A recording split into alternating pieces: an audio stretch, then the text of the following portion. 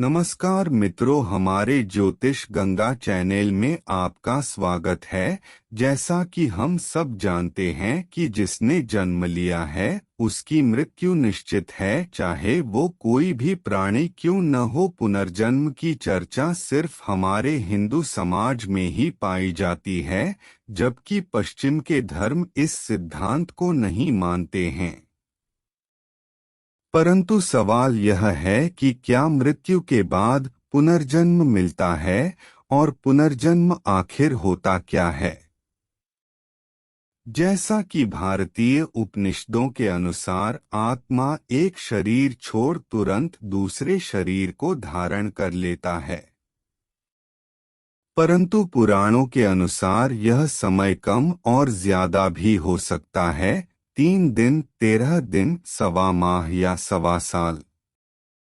इससे ज्यादा समय तक जो आत्मा नया शरीर धारण नहीं कर पाती है, वह मुक्ति हेतु धरती पर ही भटकती है। या तो आत्मा स्वर्गलोक चली जाती है, या पितृलोक चली जाती है, या फिर अधोलोक में गिरकर समय गुजारती है। शरीर को धारण किए हुए आत्मा का स्थूल शरीर के साथ बार बार संबंध टूटने और बनने को पुनर्जन्म कहते हैं। इसका उत्तर जन्म के उत्तर में ही छिपा हुआ है।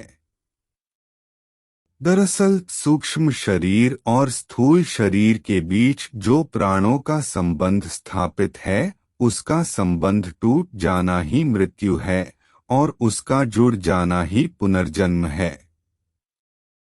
भारतीय मूल के सभी धर्म दर्शन पुनर्जन्म को मानते हैं, यहाँ तक कि आत्मा के अजर अमर अस्तित्व को लेकर मौन रहने वाले बौद्ध और जैन दर्शन भी पुनर्जन्म की संभावना को निश्चित मानते हैं।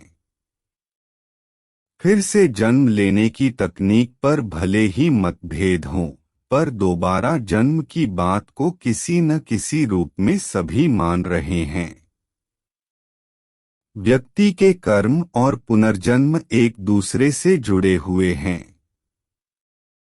कर्मों के फल के भोग के लिए ही पुनर्जन्म होता है, तथा पुनर्जन्म के कारण फिर नए कर्म संग्रहित होते हैं। इस प्रकार पुनर्जन्म के दो उद्देश्य हैं। पहला, यह कि मनुष्य अपने जन्मों के कर्मों के फल का भोग करता है, जिससे वह उनसे मुक्त हो जाता है। दूसरा, यह कि इन भोगों से अनुभव प्राप्त करके नए जीवन में इनके सुधार का उपाय करता है, तथा अंत में अपने संपूर्ण कर्मों द्वारा मुक्तावस्था को प्राप्त करता है। पुनर्जन्म के बाद इंसान किस योनि में जन्म लेता है, यह भी सोचने की बात है। उदाहरण के तौर पे पशु पक्षी का जन्म, वनस्पति जन्म या फिर मानव जन्म कर्मों के अनुसार जीवात्मा जिस शरीर को प्राप्त होता है, वह उसकी जाति कहलाती है। यदि अच्छे कर्म किए हैं तो कम से कम मनुष्य से नीचे की जाति नहीं मिलेगी। बुरे कर्म किए हैं तो आप उससे भी नीचे की जाति में जन्म ले सकते हैं। आत्मा के पुनर्जन्म लेने के अनेकों कारण हो सकते हैं, जैसे कि भगवान किसी विशेष कार्य के लिए महात्माओं और दिव्य पुरुषों की आत्माओं को पुनर्जन्म लेने की आज्ञा देते हैं।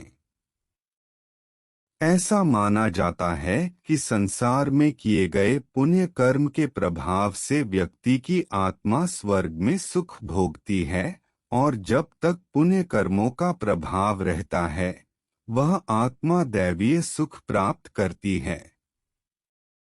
जब पुण्य कर्मों का प्रभाव खत्म हो जाता है तो उसे पुनर्जन्म लेना होता है। कभी कभी किसी व्यक्ति द्वारा अत्यधिक पुण्य कर्म किए जाते हैं और उसकी मृत्यु हो जाती है, तब उन पुण्य कर्मों का फल भोगने के लिए आत्मा पुनर्जन्म लेती है। या फिर पाप का फल भोगने के लिए आत्मा किसी से बदला लेने के लिए भी पुनर्जन्म लेती है। यदि किसी व्यक्ति को धोखे से, कपट से या अन्य किसी प्रकार की यातना देकर मार दिया जाता है तो वह आत्मा पुनर्जन्म अवश्य लेती है। बदला चुकाने के लिए या फिर अकाल मृत्यु हो जाने पर, अपूर्ण साधना को पूर्ण करने के लिए भी आत्मा पुनर्जन्म लेती है। अब हम आपको बताते हैं कि मरने के बाद कौन कहाँ चला जाता है। यजुर्वेद में कहा गया है कि शरीर छोड़ने के पश्चात जिन्होंने तपध्यान किया है वे ब्रह्मलोक चले जाते हैं, अर्थात ब्रह्मलीन हो जाते हैं। कुछ सत्कर्म करने वाले भक्तजन स्वर्ग चले जाते हैं। स्वर्ग अर्थात वे देव बन जाते हैं। राक्षसी कर्म करने वाले कुछ प्रेत योनि में अनंत काल तक भटकते रहते हैं और कुछ पुण्य धरती पर जन्म ले लेते हैं। जन्म लेने वालों में भी जरूरी नहीं कि वे मनुष्य योनि में ही जन्म लें। जन्म चक्र के अनुसार व्यक्ति की आत्मा प्रारंभ में अधोगति होकर पेड़ पौधे, कीट पतंगे, पशु पक्षी योनियों में विचरण कर ऊपर उठती जाती है और अंत में वह मनुष्य वर्ग में प्रवेश करती है। मनुष्य अपने प्रयासों से देव या दैत्य वर्ग में स्थान प्राप्त कर सकता है।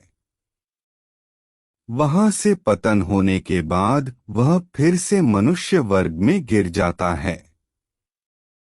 यदि आपने अपने कर्मों से मनुष्य की चेतना के स्तर से खुद को नीचे गिरा लिया है तो आप फिर से किसी पक्षी या पशु की योनि में चले जाएंगे। यह क्रम चलता रहता है, अर्थात व्यक्ति नीचे गिरता या कर्मों से ऊपर उठता चला जाता है। यही कारण है कि व्यक्ति को उसके कर्मों के अनुसार जीवन मिलता है और वह अपने कर्मों का फल भोगता रहता है। यही कर्मफल का सिद्धांत है।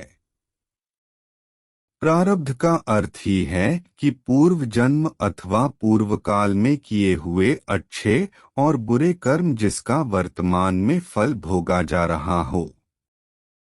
यदि आज का हमारा यह वीडियो पसंद आया हो तो एक लाइक कर दीजिएगा और अपने मित्रों के साथ शेयर कीजिएगा। कहने की जरूरत नहीं, आप जानते ही हैं कि आप चैनल को सब्सक्राइब करेंगे तो आपको हमारे नए वीडियो की जानकारी मिलती रहेगी। यह मुफ्त है, आप सभी जानते ही हैं। इस वीडियो को और मुझे सुनने के लिए बहुत धन्यवाद।